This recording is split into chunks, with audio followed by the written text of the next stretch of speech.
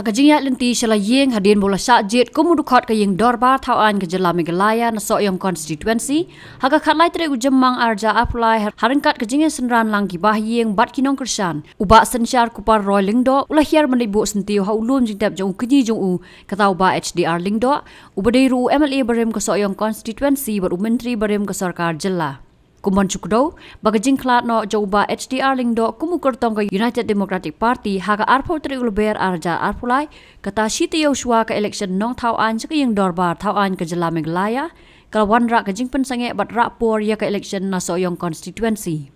Hadien kene lai penbaik bat yahun lang ban sei bujli dau persakur trai jong Bah HDR Lyngdoh katau Bah Synshar Lyngdoh ban ya airang bujli na ka UDP ha ka election MLA na kene ko constituency ya ka bala penlong ha ka spautere ujemang arja arpulai baru Bah Synshar ula wan long kumunong job hadien bala pen benai ka result na ka jingyo vote ka bala penlong ha ka khalai tere ujemang arja arpulai.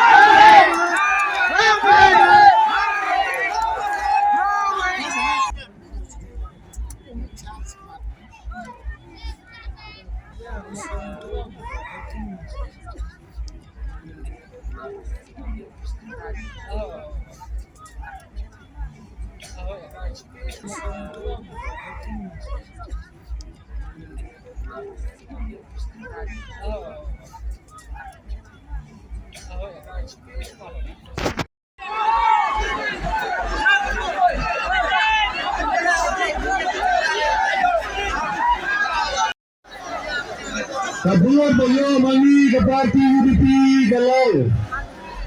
Khamri Hajan Real Spanyol Bandai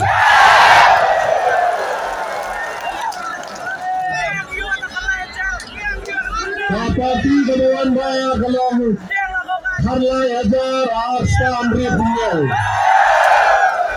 Ini hitamnya ke parti Kebelang Bahar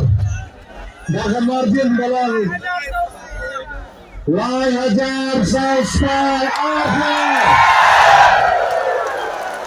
dan mengilakan benar di sisi ke polling station Kebelang Lyngdoh kami samlah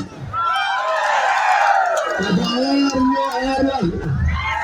dan kebalarnya siang aku ini minta kasih ini kan badnya sepenting di lembaga kesarkar jaga Sohïong konstitusi itu.